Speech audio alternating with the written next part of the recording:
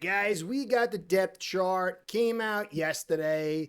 I did a long thing about the position group, so I didn't cover it then, but I'm going to cover it now. I'm going to have Alf on later for you for the next couple of days. And then tomorrow, I'm going to break down the matchups with the Colts. It's all about that. I was talking to somebody, Dolphin Dundee. We were talking about this or that. And he's like, it doesn't really matter. Week one is all that matters. It's a huge game for us. It's not going to determine everything, but it's going to tell us so much. We've got to win that game. We'll get to see real action and get our evaluations a lot tighter. But this depth chart was very interesting. So I want to cover it here because that's what I do. So anyway, guys, I was looking at the video yesterday. I looked like I was on the sun. It was a little too bright, toning it down a little bit. Hopefully the audio matches. Someone said it was very good yesterday. Tech Todd Curtis got it together in some ways. So hopefully this is a little bit better.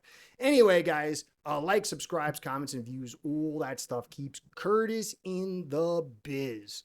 Please help me feeding these voracious algo gods with likes, subscribes, comments, and views. All that stuff is critical to keeping Curtis in the biz. Because without that, without you, without my sponsors, 2 or 3 of you, this show ain't going down. Ace Per Head's betting software is the premier white label platform for bookies to manage their players and grow their sportsbook operation. Click the link in the description below to get set up in minutes. Ask for the Curtis promo and get a special introductory discount. All right, here I'm going to break it down in 2 portions, offense and defense. Special teams, I don't know. I'm not special enough to care about it or understand it too much. I do, but I'm a football snob. So we'll tackle the offense first. Here's the image. Take a look. Got it color-coded. I'll break it down little bits at a time. So you can see, obviously, Hill and Waddle are number 1 receivers. But then you got Nick Westbrook and you got Malik in the background. And obviously we know that. But there's things that I've talked about over the years about when Hill was with the Chiefs, he played a ton of slot. I went over this many, many times. It's where he's at his best. The route tree is wide open. And Malik, I don't think he's a guy to play the boundary to let Hill get inside. But I definitely think Westbrook is. And so the good news is there is going to be flexibility. The slot, a lot of guys could play the slot. I'm not big on Jalen in the slot. He's best at boundary. Tyreek Hill could do both, obviously, but he is devastating in the slot. I can't remember the exact numbers, but it was double of what he's seen here. And Westbrook can block. Westbrook is big enough to get outside and to allow him to play inside. And then obviously Malik is a guy who can take some of the duties off.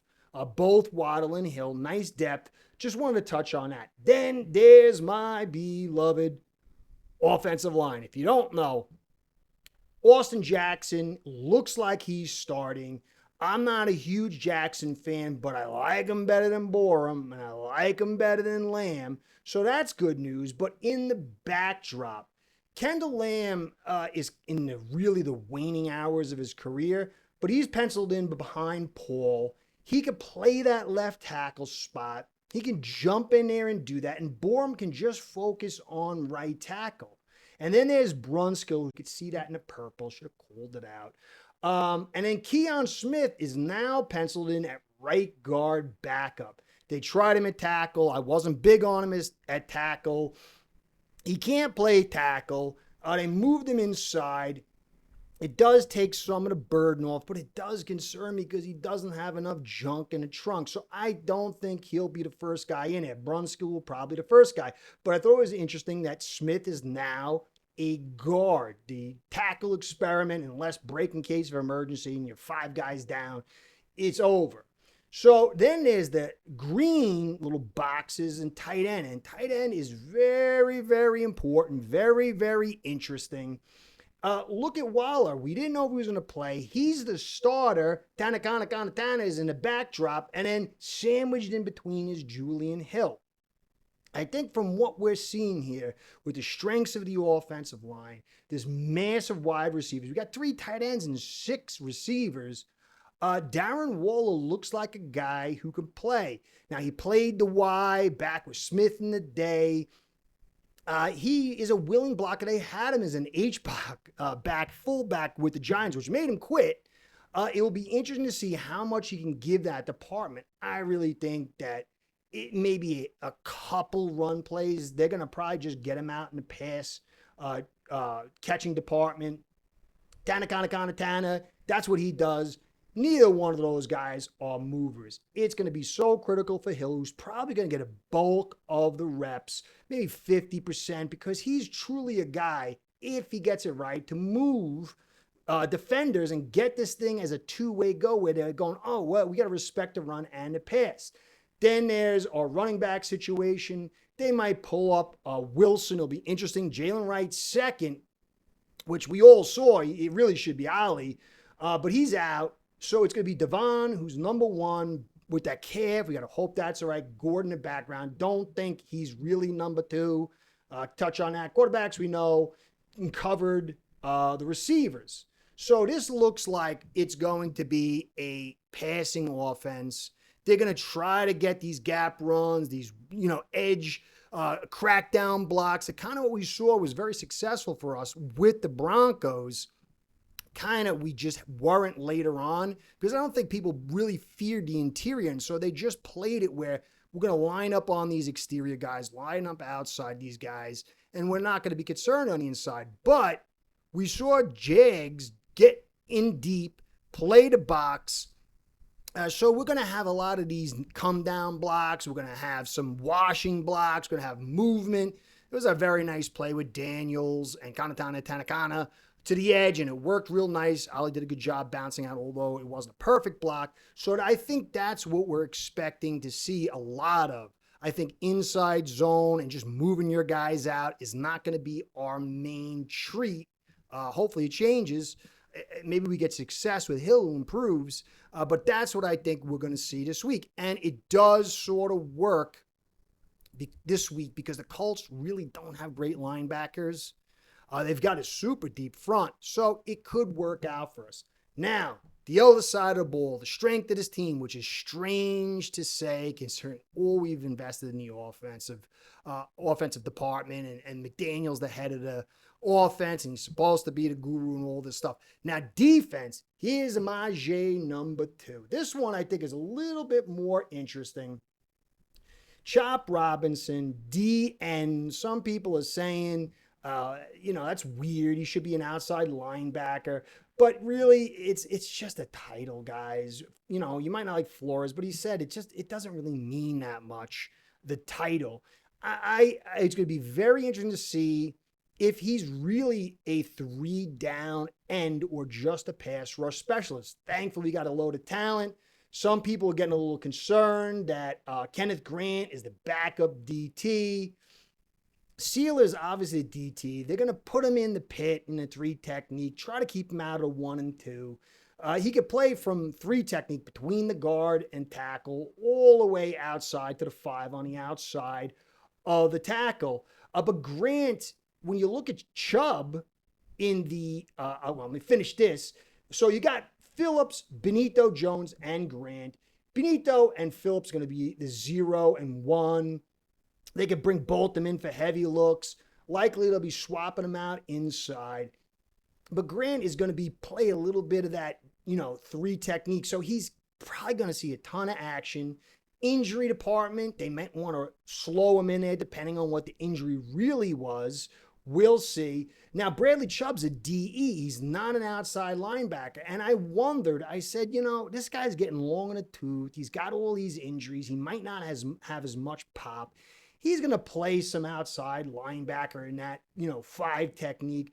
But he is big enough and strong enough to come in there and say, if you wanted a Zach Seal, a Benito, Chubb, and Grant on maybe we're thinking they're going to possibly run down, as a very nice look.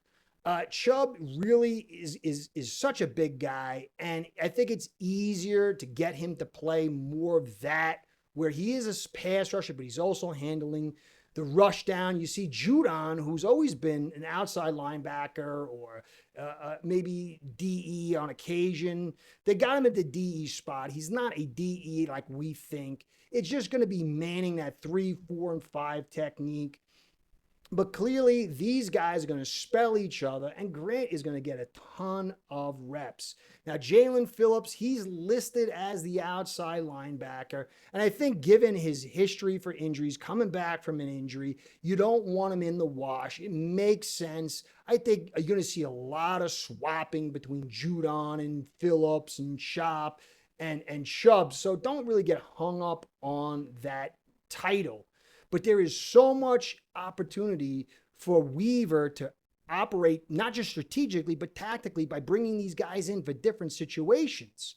And I just think this front is going to be very, very good. All these guys are going to eat because a lot of these guys are going to need a little bit of breaks. Keep Zach Seal a little fresh. Keep Grant a little fresh. Keep all these guys, Jalen Phillips, the Chubbs, and the Chop. And they're all going to see action. It'll be interesting to see the rep count at the end, though. Now, at the bottom, we got Ashton Davis as a star in the purple, blue. I'll get the purple next. The blue, Ashton Davis, I don't know if he's playing and he's a starter. I guess they expect him to be the starter. Maybe he shows because he's going to be playing a lot of high coverage. He's not coming in the box. Minka's going to be the guy they move around all the time. Iffy, he's definitely going to be, I think, at the most reps because even if Ashton Davis plays, they're not going to rush him in there.